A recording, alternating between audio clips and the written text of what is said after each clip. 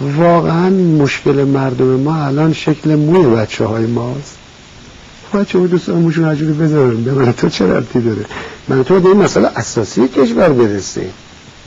یعنی دولت باید بیاد اقتصاد رو سامان بده، فضای کشور رو آرامش ببخشه، امنیت روانی درست کنه، پشتیبانی بکنه از مردم.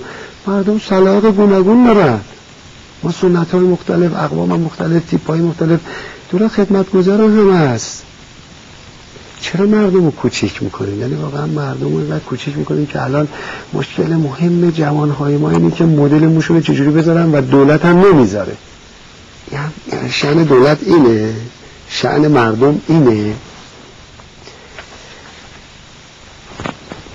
این واقعا مثلا توهین به مردم ماست. چرا مردم رو دست کم میگیریم؟ واقعا اینقدر، یعنی الان مشکل کشور ما اینه که مثلا فلان دختر ما فلان لباس پوشید، یا الان مشکل کشور ما اینه، یا مشکل مردم ما اینه.